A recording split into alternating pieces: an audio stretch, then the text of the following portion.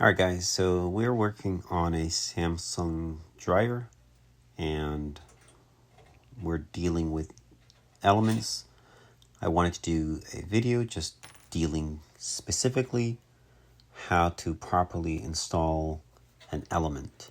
Now, this is the old one being removed and I've been seeing a lot of them. I talk to customers and when they install, the element end up lasting maybe a year or less.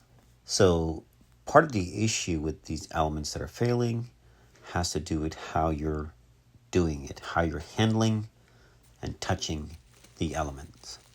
So you want to make sure that your hands, you're wearing gloves. I am removing this one now from the bag and my fingers are not going to touch the element itself. If you're touching the machine where you're going to have oils and whatnot, especially the roller wheels, or any part of the machine, when it's time to change the element, make sure you have clean gloves to deal with this. The oils will cause the element to prematurely fail. Happens all the time. So this video is just basically showing you how to do it, some tricks, how to install it properly, how to get it into the housing, stuff like that. Now, once you get the element out of the bag, you will be able to use a pick, which is nothing more than a pointy object. Could be a long Phillips screwdriver, skinny enough. But before you do that, you want to get the element basically positioned into its place. Now, what I'm doing right now is not extending, I shouldn't say that, but I'm basically getting the element in its location without anything is being pulled.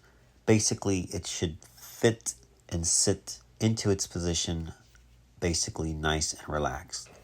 So,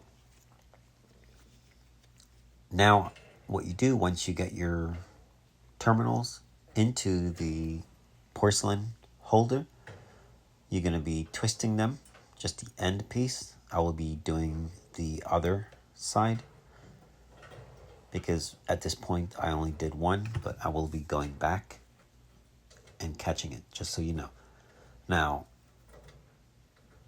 you should be able to pull on it and it does not come out. That's part of it being fully secured. Now, you're going to be trying to line all your holes up. You want to get them lined up before you do anything.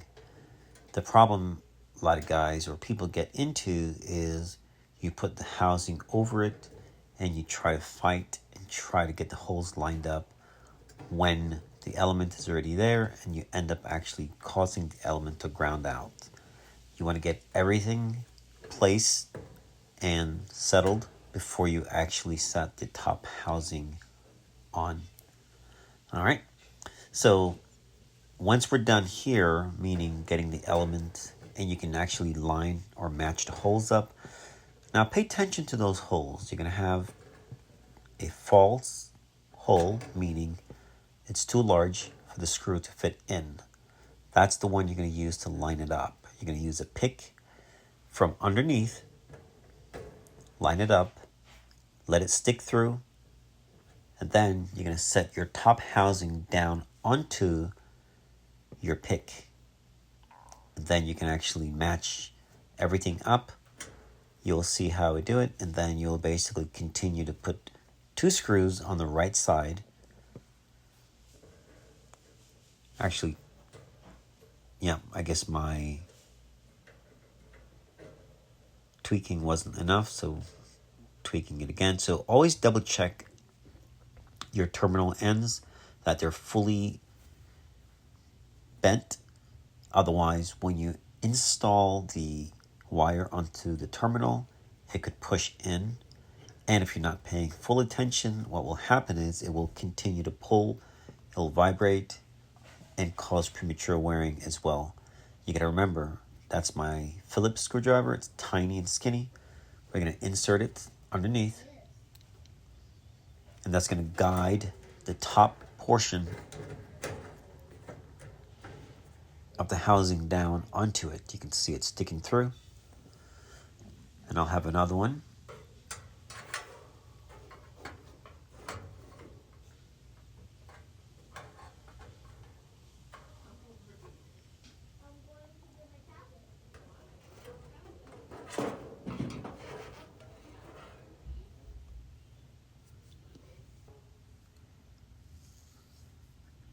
Now, you just have to take your time and slowly lower the housing onto the pick or the screwdriver.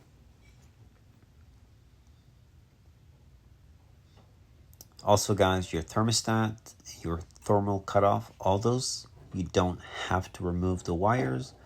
Never remove the wires. If you must remove the thermostat, remove them with everything intact. You don't take your wires off. That's how you get into problems if you're not sure how the routing is.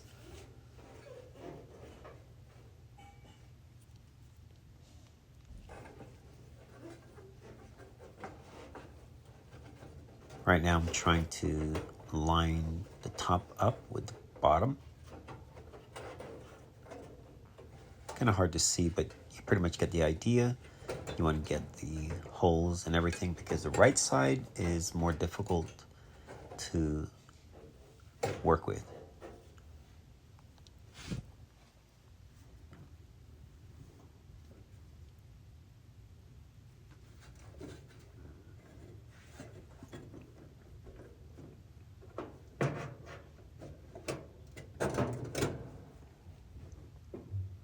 So it does take a little time to get everything lined up.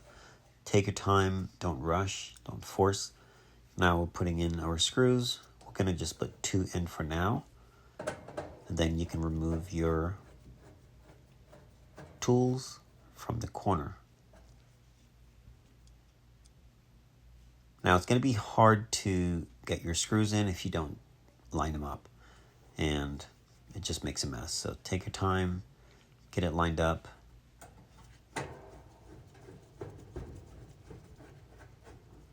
Now I'm using manual because it's a lot easier. It has a magnetic tip and you're not going to strip the threads out on the housing.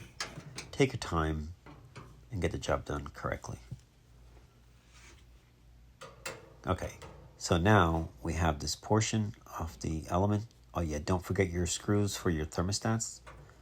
And this portion here, make sure they're nice and straight and they will fall right into place. Don't force anything, and just one slight twist, nothing crazy, because when in the future you need to replace the element again, you don't have to do a lot of twisting and bending.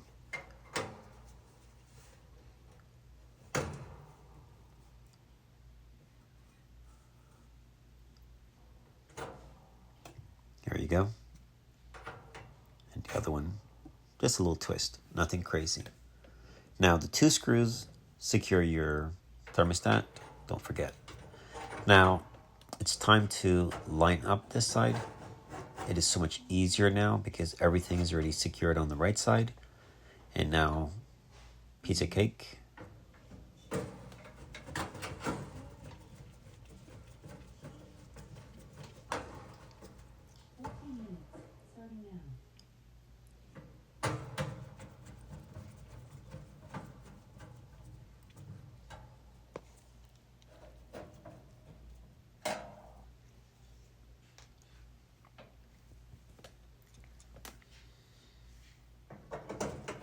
Don't forget any screws that are missing. Try and get all the screws in. Otherwise, it could cause your machine to vibrate. And we're going to be putting in the thermostat screws.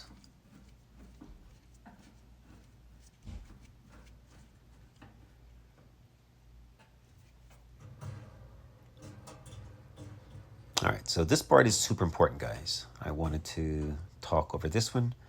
Now, putting on the wires, your terminals, and you want to make sure that the wire is secure If you notice, one of my terminal was not fully in, if you noticed.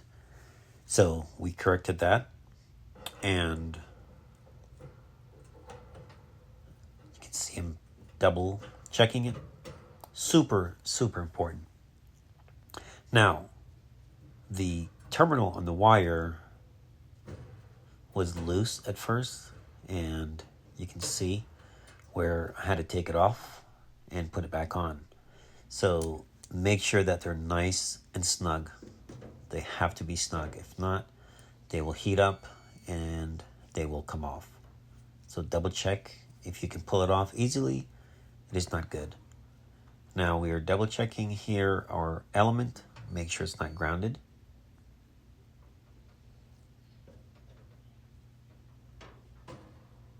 Okay, that's good. You don't want a grounded element.